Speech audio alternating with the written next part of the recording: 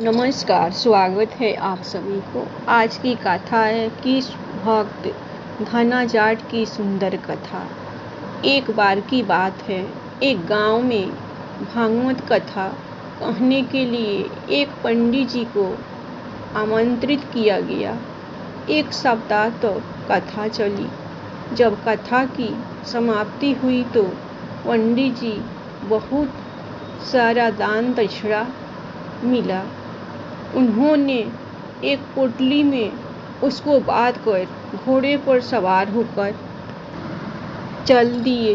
पंडित जी और धना जाट का मिलन जिस गांव में पंडित जी ने कथा कही, उसी गांव में एक बहुत ही सीधा साधा और गरीब किसान था। इस भोले भाले किसान का नाम था धना जाट। देखना क्या था, जैसे ही पंडित जी घोड़े पर सवार हुए, किसान ने आनंद फानन में आकर पंडित जी के पैर पकड़ लिया। वो किसान बोला कि अरे पंडित जी, आप कहाँ चल दिए बिना मेरा बेड़ा पार किए।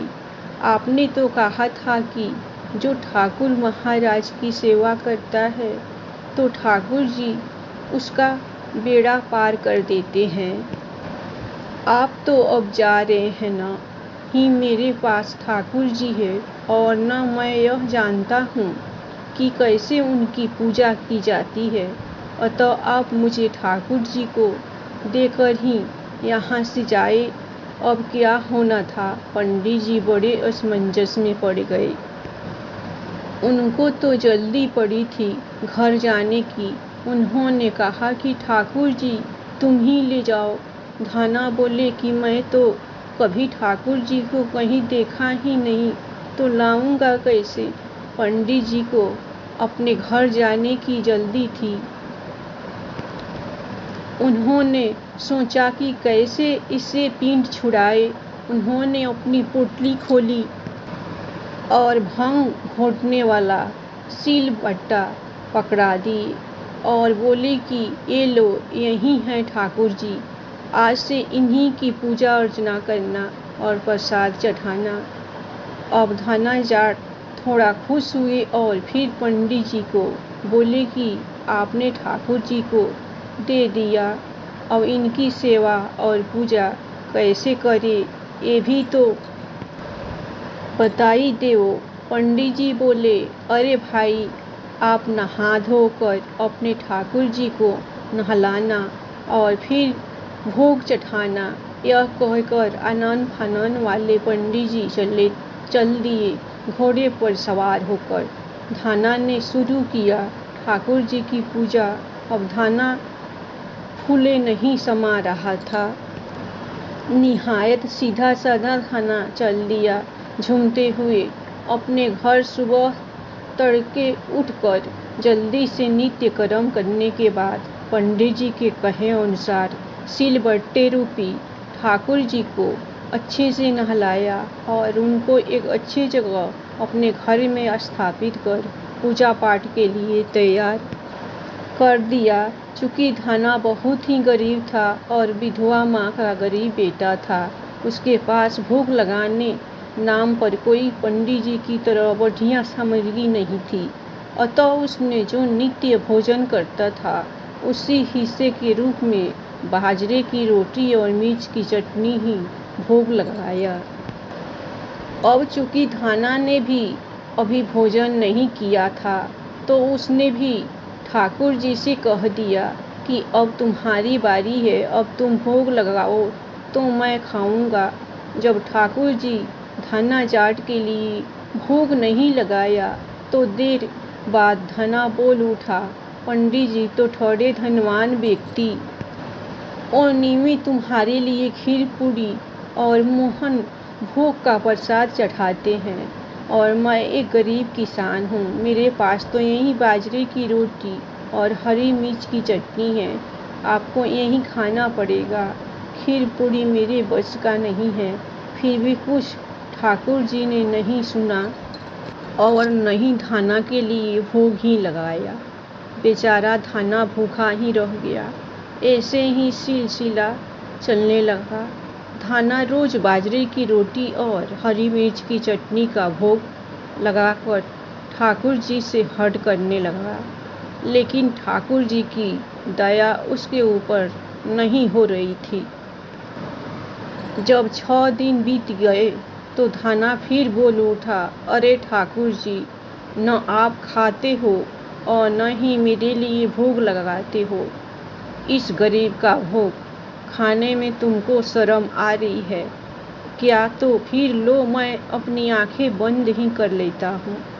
लेकिन ठाकुर जी कहाँ सुनने वाले।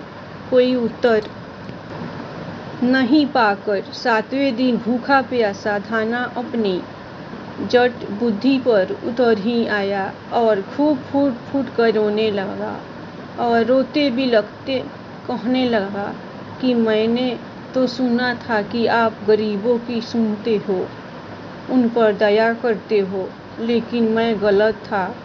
ठीक आपको नहीं खाना मत खाओ, लेकिन मैं भी अब जिंदा नहीं रहूँगा, अब नहीं मुझे जीना है। इतने पर धाना ने सिलबट्टा लिया और अपना सर फोड़ने पर उतारू हो गया। इतने में ही उस सिलबट्टे से एक बहुत ही तेज प्रकाश कुछ प्रकट हुआ और गरीब धाना का हाथ पकड़ कर कहा, ले देख धाना, मैं तेरा यह भोग खा रहा हूँ। और फिर बड़े आनंद के साथ ठाकुर जी बाजरे की रोटी और हरी मिर्च की चटनी खाने लगे। जैसे ही आधा बाजरे की रोटी ठाकुर जी खाए, तब तक धाना बोल उठा, क्या ठाकुर जी अकेले अकेले ही मेरा सारा बाजरे का रोटी खा लोगे तो मैं क्या खाऊंगा? मैं भी कई दिनों से भूखा प्यासा हूँ। लेकिन आनंद में डूबे हुए ठाकुर जी खूब मज़े से बाजरे की रोटी और हरी मिर्च की चटनी खाने लगे और बोले कि ये बहुत ही अच्छी लग रही है, तो दूसरा ले ले।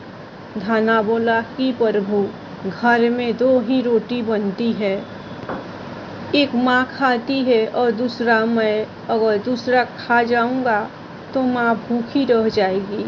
ठाकुर जी बोले, तो फिर तुम ज़्यादा क्यों नहीं बनाते हो? धाना बोले, अरे प्रभु, मेरे पास खेत एक ही है और वो भी छोटा है और ऊपर से मैं अकेला हूँ। ठाकुर जी बोले, और खेत लेकर जोत ले। धाना बोले, प्रभु, मेरे पास बैल ना है, मैं तो स्वयं खेतों को जोतता हूँ। फिर ठाकुर जी बोले कि बेटा, तो नौकर रख ले। धाना थोड़ा अंकुशाय और कहा कि प्रभु, आप तो गरीब की मजाक उड़ावत हो, हमरे पास नौकर रखे के हैसियत रहत तो हम दोनों माँ बेटा 2 वक्त की रोटी बढ़िया से खा लेते। अब ठाकुर जी पिघल गए और बोले कि बेटा, अब तू चिंता मत कर, आज से मैं तुम्हारी सहायता करूँगा। ईश्वर की हो जिस पर दृष्टि तो मान लो भाई की उसकी बदल ही जाए सृष्टि। भक्त के बस में है भगवान। हो गए ठाकुर जी धाना के साथी। धाना के लिए एक भाई अब ठाकुर जी शुरू कर दिए धाना की सहायता करना। ठाकुर जी धाना के साथ खेतों में काम करना शुरू कर दिए। ठाकुर जी ने धाना को अच्छी खेती करने में मदद करने लगे और बढ़िया जमीन और बैलों की जोड़ी दिलवा दिए। कुछ समय बाद घर में गाय आदि भी आ गई।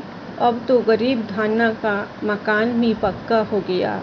सवारी आदि के लिए घोड़ा आ गया। धाना के काया ही पलट गया। धाना के दिन और रात दोनों बदल गए।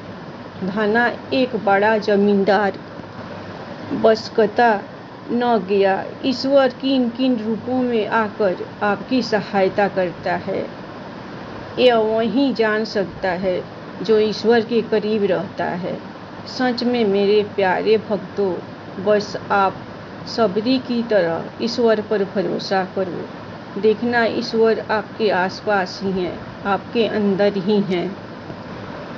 धन्ना के गांव में पंडित जी की वापसी बहुत दिनों बाद पंडित जी का आगमन हुआ। फिर उसी गांव में भागवत कथा कहने के लिए जमींदार धन्ना फिर पंडित जी के दर्शन के लिए गए। धन्ना जाकर पंडित जी को अपनी आप बीती बताए और कहे कि पंडित जी, आप तो ठाकुर जी को मुझे दिए थे, वो तो 6 दिन तक कुछ खाए पिए नहीं और मुझे भी भूखे रखे। 7वें दिन जब उनको भूख से नहीं रहा गया तो फिर वो प्रकट हुए और मुझ गरीब का भोजन ग्रहण किए और फिर मेरे साथी बन गए और मेरे साथ मेरे सारे कामों में हाथ बटाए। अब तो ठाकुर जी की कृपा और सहायता से मेरे पास अच्छा खासा धन इकट्ठा हो गया है, जिससे मैं आपके लिए कुछ दान दक्षिणा की व्यवस्था करूंगा। पंडित जी थोड़ा हकबकाए और सोचे कि ये मूर्ख व्यक्ति है, मैंने तो इसको दिया था भांग पीसने वाला सिलबट्टा, कहाँ से इसको इसमें ठाकुर जी मिल गए। और पंडित जी को क्या मालूम कब किसके साथ ईश्वर अपनी कृपाओं का बौछार किस रूप में कर दे। उदाहरण आपके सामने है। जब पंडित जी ने गांव वालों से पूछा तो उन्होंने तपाक से कह दिया कि पंडित जी, धन्ना के घर चमत्कार तो हुआ ही है, साथ ही अब धन्ना गरीब नहीं रहा। अब धन्ना गरीब कहाँ रहा, वो जमींदार हो गया है। और पंडित जी भी बेचैन हो गए और धन्ना से बोले कि कल जब तुम कथा सुनने आना तो अपने मित्र को लेकर आना, जो तुम्हारे साथ तुम्हारा हाथ बटाता है। भोला भाला धन्ना घर गया और अपने मित्र से कहा कि चलो कल मेरे साथ तुम भी भगवत कथा सुनने चलना, तुमको पंडित जी बुलाए हैं।